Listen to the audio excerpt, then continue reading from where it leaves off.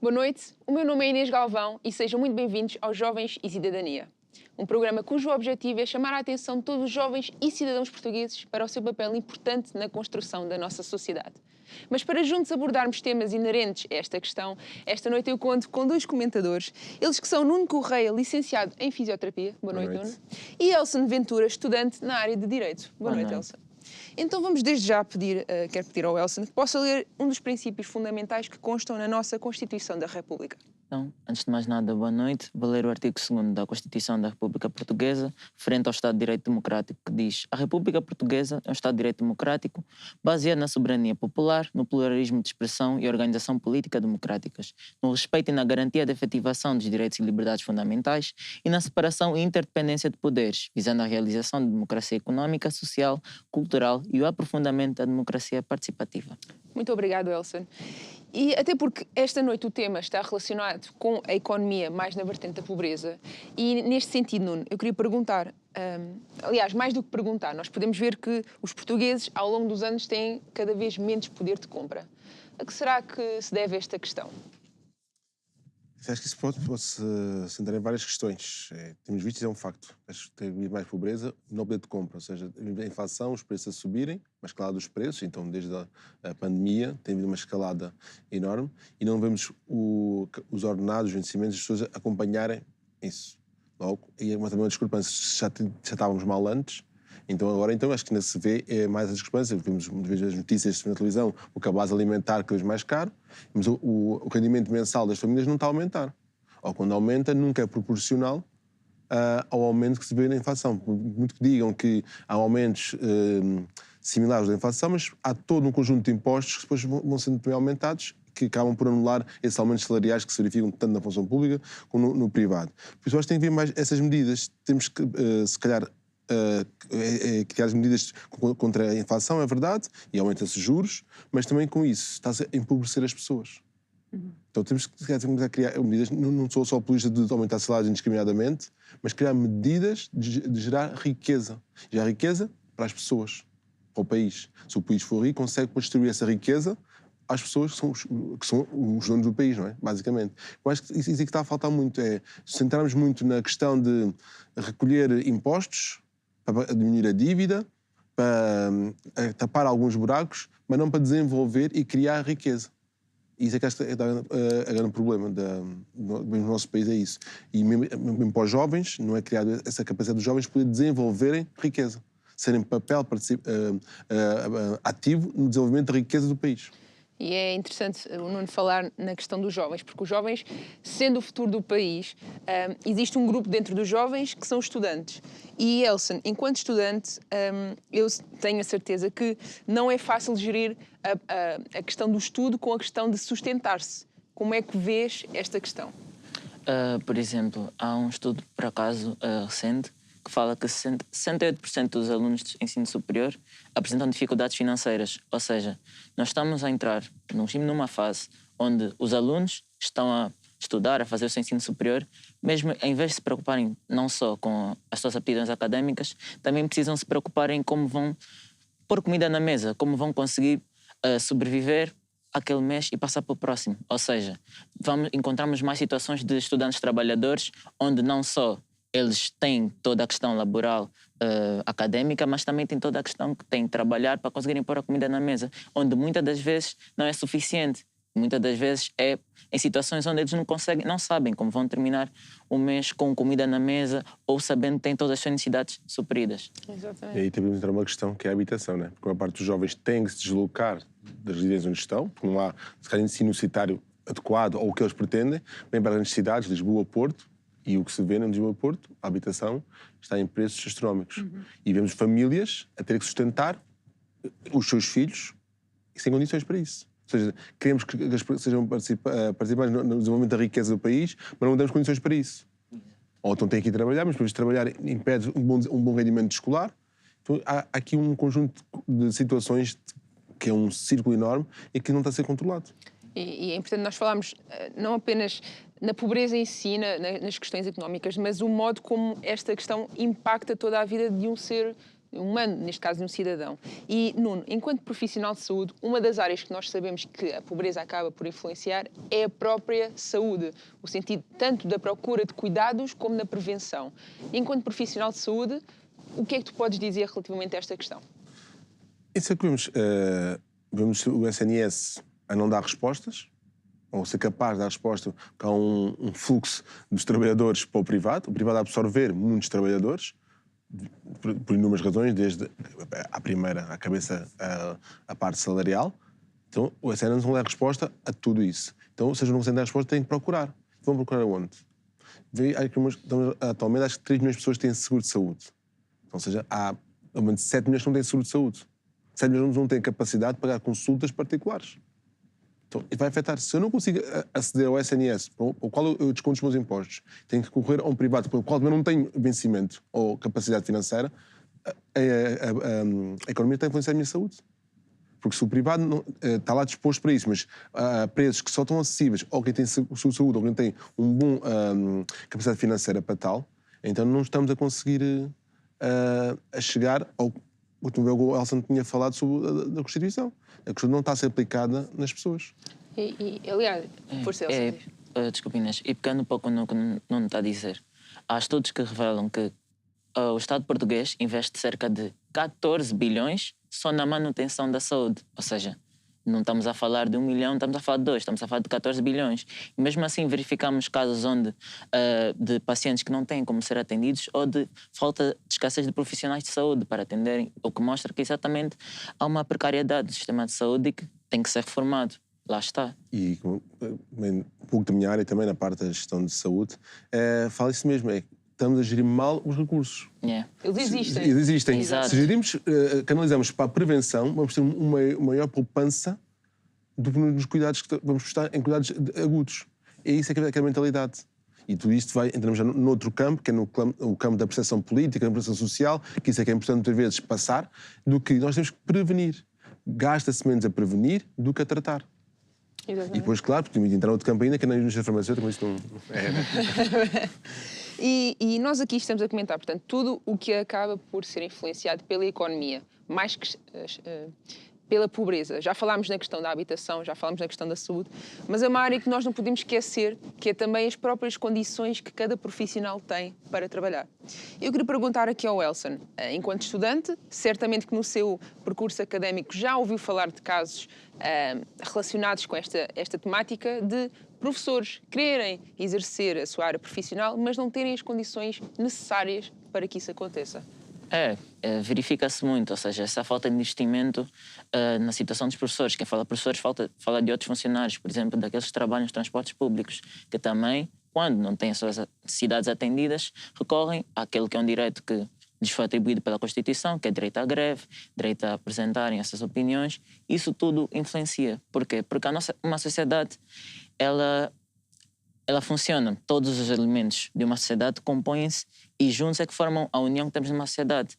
Então, os professores, se não conseguirem ter as suas necessidades atendidas, se não conseguirem ter aquele ambiente de trabalho, não conseguirem ter aquele apoio do Estado para conseguirem exercer as suas funções, como é que eles vão conseguir passar o seu conhecimento para as gerações futuras? Tanto para aqueles que estão no ensino secundário como aqueles que estão no ensino superior. E que não esquecendo que esses é que são a futura mão de obra, esses é que são a futura, como nós chamamos, população ativa. São aqueles que vão exercer os próximos cargos e funções, são aqueles que têm o dever de desenvolver o nosso país. Então, se os professores, que são aqueles que são incumbidos de passar esse conhecimento, de instruir as próximas gerações para o futuro, não conseguem ter o apoio estatal, não conseguem ter, ou seja, um ambiente estável para conseguirem exercer as suas funções, como é que nós vamos achar que conseguimos desenvolver um país? Como é que vamos achar que conseguimos progredir? E daí, tudo começa na educação. Vemos como a pobreza influencia tudo. A educação, se não, como o Elson disse, se não estão a exercer as suas funções, não têm condições para isso, e uma pessoa não tem condições porque não tem dinheiro, não tem saúde, não vai conseguir exercer o seu trabalho como deve ser. Ou seja, o jovem está a ser, a criança, o jovem, o adolescente, não vai receber a formação que é devida. Porque estamos a formar pessoas sem as devidas competências. Porque nós esperamos que essas pessoas vão desenvolver riqueza sem competências para isso.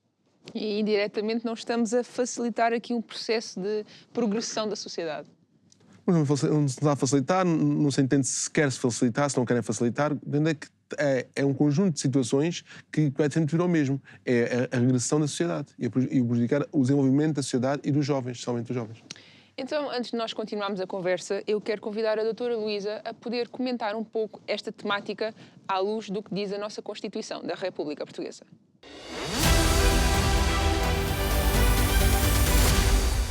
Quando falamos em pobreza, quando falamos em economia, estamos a falar em algo que a Constituição da República manda erradicar. Pobreza não existe na Constituição da República. Mas antes de pegar na Constituição, eu gostaria de ler o artigo 25, número 1 da Declaração Universal dos Direitos do Homem, que emana e que faz parte também da nossa ordem jurídica, que diz que toda a pessoa tem o direito a um nível de vida suficiente para lhe assegurar e à sua família a saúde, o bem-estar, principalmente quanto à alimentação, ao vestuário, ao alojamento, à assistência médica e ainda quanto a serviços sociais necessários, e tem o direito à segurança no desemprego, na doença, na invalidez, na viuvez, na velhice ou noutros casos de perda de meios de subsistência por circunstâncias independentes da sua vontade. Então, logo aqui na Declaração Universal dos Direitos do Homem é um entendimento de todos que não deve haver pobreza. Pobreza tem que ser erradicada. E se olharmos para a nossa Constituição, logo no seu artigo 1º diz-nos que Portugal é uma república soberana baseada na dignidade da pessoa humana e na vontade popular. Portanto, obviamente que a vontade popular nunca será que haja pobreza. A vontade popular será que todos os direitos fundamentais estejam garantidos, que todas as pessoas vivam bem, que todas as pessoas vivam sem privação. Quando nós olhamos para a pobreza do ponto de vista jurídico, nós estamos a falar aqui numa grave negação de direitos fundamentais, direitos económicos, sociais, culturais. Estamos aqui a falar na negação do trabalho, na negação da casa, na negação da saúde, da alimentação, do vestuário, de tudo o que é básico. E a Constituição, ao consagrar como um princípio fundamental da nossa República a dignidade da pessoa humana, está a dizer que todas as pessoas, em condições de universalidade e de igualdade, têm que poder ser pessoas, têm que ter as condições necessárias para que vivam condignamente. Então, desde logo aqui a nossa Constituição manda erradicar a pobreza. Mas vai mais longe. Porquê? Porque prevê direitos, liberdades e garantias fundamentais, como o direito à vida, o direito à integridade, o direito ao desenvolvimento da personalidade e direitos económicos, sociais e culturais, a partir do seu artigo 58, que prevê que todos os portugueses, todos os cidadãos portugueses têm o direito a viver sem pobreza, a ter as condições necessárias para ter uma vida com dignidade de pessoa humana. É isto que a nossa Constituição nos diz. E isto é também uma tarefa fundamental do Estado, porque o artigo 9º é muito claro. E ele diz-nos que são tarefas fundamentais do Estado, logo aqui na linha B, garantir direitos e liberdades fundamentais e o respeito pelos princípios do Estado de Direito Democrático. Mas na D diz promover o bem-estar e a qualidade de vida do povo e a igualdade real entre os portugueses, bem como a efetivação dos direitos económicos, sociais, culturais e ambientais, mediante a transformação e a modernização das estruturas económicas e sociais. E aqui eu gostaria de fazer um pequeno parênteses, indo ao artigo 58, para que em casa percebam o que é que são estes direitos económicos, sociais e culturais. Artigo 58, direito ao trabalho. Artigo 59, direitos dos trabalhadores. Artigo 60, direitos dos consumidores. Artigo 62, direito à propriedade privada. 63, segurança social, solidariedade. 64, saúde. 65, habitação. 67, família. E por aí vai. Portanto, são estes direitos que têm que ser garantidos para que não haja pobreza. E aqui eu gostaria de pegar numa outra vertente que a nossa Constituição nos dá, que é a economia, que tem sido muito falada e que é muito importante. Porquê? Porque o artigo 80, a Constituição também nos fala da organização económica, porque se a organização económica funcionar, todos os direitos fundamentais vão ser garantidos e a pobreza é erradicada, cumpre-se o que a Constituição diz. Então, o artigo 80 começa por dizer que são princípios fundamentais da organização económica a subordinação do poder económico ao poder político democrático. Não é o poder económico que manda no poder político, é o poder político que manda no poder económico. E aqui abro um parênteses, manda no poder económico para fazer o que a Constituição diz, para garantir aos portugueses os seus direitos, liberdades e garantias fundamentais e os seus direitos económicos, sociais e culturais. Depois, a linha B, a coexistência do setor público, setor privado, setor cooperativo e social de propriedade dos meios de produção. A linha C, liberdade de iniciativa e de organização empresarial no âmbito de uma economia mista. A linha D, propriedade pública dos recursos naturais e dos meios de produção de acordo com o interesse coletivo. A linha E, planeamento democrático do desenvolvimento económico e social. Proteção do setor cooperativo e social da propriedade dos meios de produção.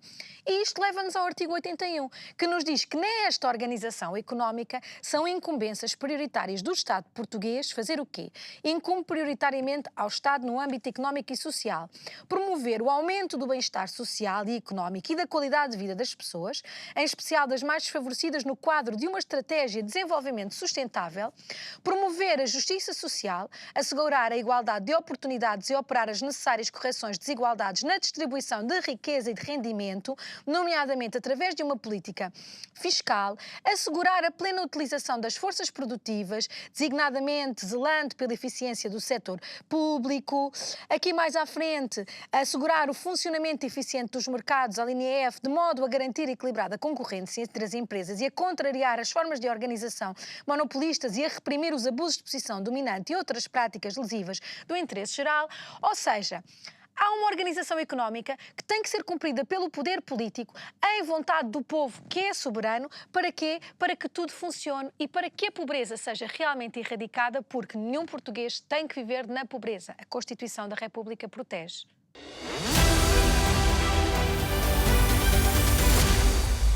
Obrigada à doutora Luísa mais uma vez pelo seu comentário relativamente a esta temática. E eu, antes de nós continuarmos, eu queria ler uma das notícias que refere mesmo que cerca de 2 milhões de pessoas, portanto estávamos a falar há pouco nesta quantidade exorbitante de pessoas, 2 milhões de pessoas vivem no limiar da pobreza em Portugal. Já uma já era demais, mas 2 milhões é mesmo muito. E neste sentido eu queria perguntar ao Elson, porquê é que será que nós vemos cada vez mais pobreza em Portugal, quando deveria ser o cenário contrário? Lá está. Nós vemos essa pobreza a verificar-se exatamente por aquilo um bocadinho que já falamos antes, que são a falta de implementação de medidas para promover o bem-estar do cidadão. Por exemplo, Portugal é um dos países da Europa com um custo de vida mais elevado, ou seja, que é um custo de vida que não acompanha com o rendimento que a população recebe. Que sabemos que o nosso salário mínimo, muitas das vezes, estudos também indicam que já chegou a pontos onde um metro quadrado de qualquer residência custa aproximadamente 16 euros. Então imaginamos que 30 metros quadrados são aproximadamente 480 euros. Para alguém que recebe o salário mínimo de 60 euros, então já vai lá quase todo ordenado todo, sem contar todo o pagamento de mensalidades, de propinas universitárias, se forem estudantes, ou mesmo das saneamento básico, água e luz. Ou seja, são tudo gastos e custos que promovem esse aumento da pobreza. Onde o quê? O custo de vida, que com cada vez mais aumento de taxas, de IVAs e dos outros impostos que são necessários para o rendimento do Estado, volto a frisar, mas mesmo assim têm que ser acompanhados com o crescimento do rendimento da população. Porque senão o que é que nós temos? Temos uma sociedade onde, ok, tens que pagar mais para ter os bens básicos, mas não consegues ter esse capital para pagar aqueles bens. Então o que é que isso leva? Leva exatamente a esse estado de pobreza onde quase 20% de uma população está em estado de necessidade. E vemos como a Lisboa está aqui parada, as cidades mais caras em habitação, onde temos um rendimento tão baixo, aqui parada, como é que é possível? E vemos os preços a escalar, e isso acho que deixa-nos a pensar, se os preços escalam dessa maneira de habitação, e não é o tema de hoje, neste ponto que acaba a influenciar a pobreza, ou implica a pobreza, alguém está a ganhar com isso. Se ninguém tivesse a ganhar, isto não estava a acontecer. Então, alguém está a ganhar com esses preços todos, e alguém promove isso. Isso é que tem que ser visto e tratado e corrigido.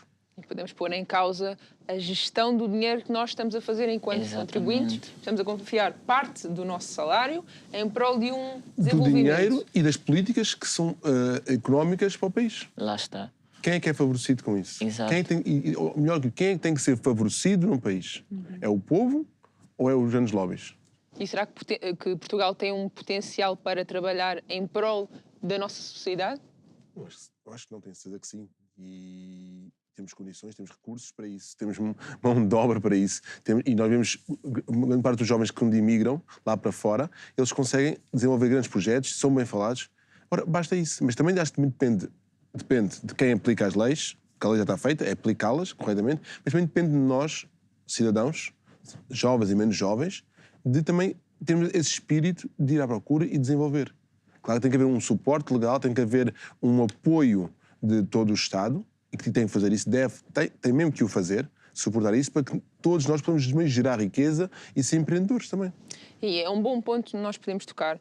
Quando falamos em jovens, falamos, até porque este programa também vai abordar os jovens, e nós devemos ver os jovens, todos nós, como alguém que pode fazer a mudança. E neste sentido, Elson, enquanto estudante, tu estás a terminar o curso, de que maneira é que nós podemos contribuir para ser o futuro sustentável da nossa sociedade?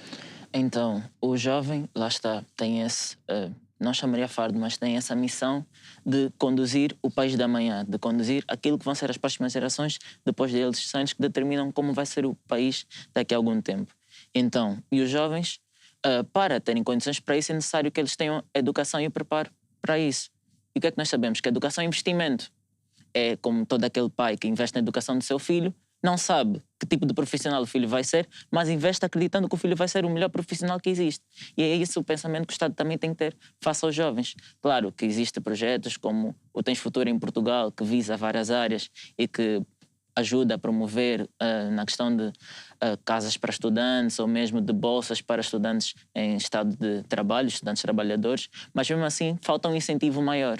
Porque o incentivo aos jovens também terem essa aptidão e essa vontade de, ok, eu tenho um Estado que me apoia, eu tenho um Estado que ajuda-me, nos meus estudos ajuda-me eu a desenvolver as minhas capacidades, para assim eu poder também dar um contributo positivo para o meu país. E lá está, isso também ajuda àquele êxodo que está-se a verificar, onde muitos jovens que terminam aqui a escolaridade, terminam aqui o ensino superior, mas em vez de exercerem aqui em Portugal, vão exercer em outros países mais desenvolvidos. Porquê? Porque sentem esse conforto, sentem essa base, sentem esse apoio. São valorizados. São mais valorizados, exatamente, que o próprio Estado português deveria dar aos jovens. Isto voltamos ao início, à educação.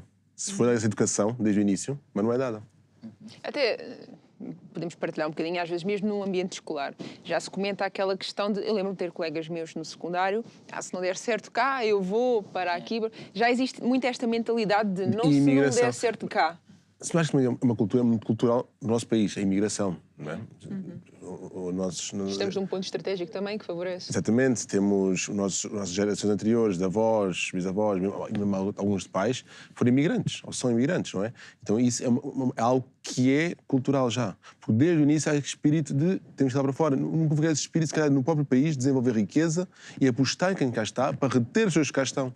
Se as pessoas são boas lá fora, mas seriam boas cá dentro. Exatamente. Não é? Se é a mesma pessoa, a questão da diferença é, claro, é dar recursos para conseguirem desenvolver alguma tarefa. E cá não é dado. Talvez criar um ambiente mais desafiante, e não só desafiante, porque desafiante já ele é, não é? Sim, já bastante. Mas uma rede mais estruturada para que um jovem possa, por exemplo, empreender, um jovem possa, por exemplo, terminar o seu curso e evoluir para um sentido de ter possibilidade dele próprio ter o seu próprio negócio. Tu sentes que esta mentalidade de desafia-te, tem estrutura, nós apoiamos-te, existe agora no momento em que estás como estudante? Não, não existe. Lá está. A mentalidade que existe é o jogar pelo seguro, é ir pelo caminho mais certo, ou seja, tu tens de fazer isso, tens de começar ok, estás a terminar o teu curso, vais estagiar numa empresa e tens que te firmar nessa empresa, tens que escalar nessa empresa.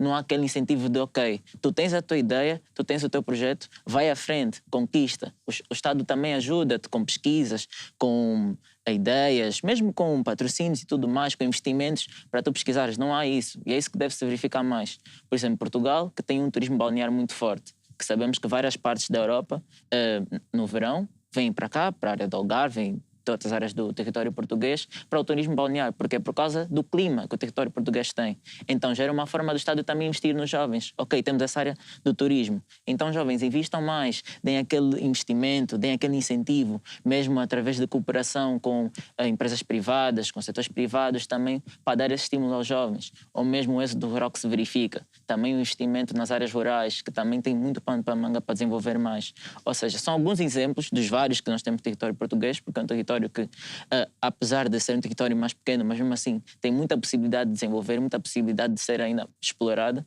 que o Estado tem que dar esse incentivo aos jovens e não de jogar pelo seguro, de ir pelo caminho mais fácil. Porquê? Porque é só através do risco e do investimento que o jovem também vai conseguir crescer e dar algo de novo para o seu país. E vê-se a falta de investimento que existe no mundo rural, não é? Zero. É tudo nas cidades, nas metrópoles e por aí ficamos. Não é? E é isso, naquela cultura, nós temos que tirar o curso e trabalhar 8 horas por dia, ali, ficar naquela empresa, ou ser funcionário público, sempre... Essa cultura existe, nós como cidadãos também temos que também mudar isso. É incutido isso, mas nós também temos que contrariar essa Nem que seja só no início, para nós aprendermos as bases, para irmos saber um pouco mais, mas ter esta noção de que, ok, já se tenho as bases, vou partir então para este desafio, vou investir, vou ser alguém ativo na minha sociedade. E não só. O que verifica-se, tanto eu como estudante, como muitos outros que já passaram também por isso, verificam que ok, o Estado dá-te as bases, tu aprendes a teoria, mas mesmo assim não tens o campo prático. Ele não te dá a base de conseguires aplicar mesmo na prática, ou mesmo de saíres fora da caixa. Porque, ok, os conhecimentos já existem, mas os conhecimentos, depois daqui a algum tempo, podem ser já ultrapassados. Ou podes ainda encontrar um outro campo, uma outra área. Nós temos de ter aqui uma estrutura para saber como aplicar também na... Exatamente. Lá está, por exemplo, algo que devia ser mais abordado é a educação financeira, por exemplo. Não só digo para quem estuda medicina, mas para todos. Porquê? Porque o movimentar do dinheiro e mesmo da economia existe com todos, está presente em todos. Temos que aprender sempre um bocadinho mais sempre sobre importante. como fazer aquilo que nos chega até... Como gerir aquilo que chega até nós. Se todos aprendermos, é mais fácil o país também crescer. Exatamente. Se ficar concentrado num só local, o conhecimento... Aproveitar que vivemos agora numa época de globalização, onde a informação é de fácil acesso e onde mais facilmente o Estado pode promover, ok, com campanhas de livros, de escritores, de leitores. Sim, há vários... Certamente nós temos hoje muitas opções para saber gerir o que nos chega. Exatamente. E é algo que nós devemos investir. Exatamente. Desde já agradeço a vossa presença, Nuno, Elson, mais uma vez nós agradecemos. Lá em casa, certamente que deste programa conseguiram retirar informação muito importante. Lembrem-se, nós temos um papel importante na construção da nossa sociedade. Convidamos também a acompanhar os nossos programas disponíveis no YouTube, nas redes sociais, o Instagram e o TikTok, e também a visitarem o site Você é que Decide, onde estão tanto estes temas como outros relativos à nossa sociedade mais desenvolvidos. Até à próxima.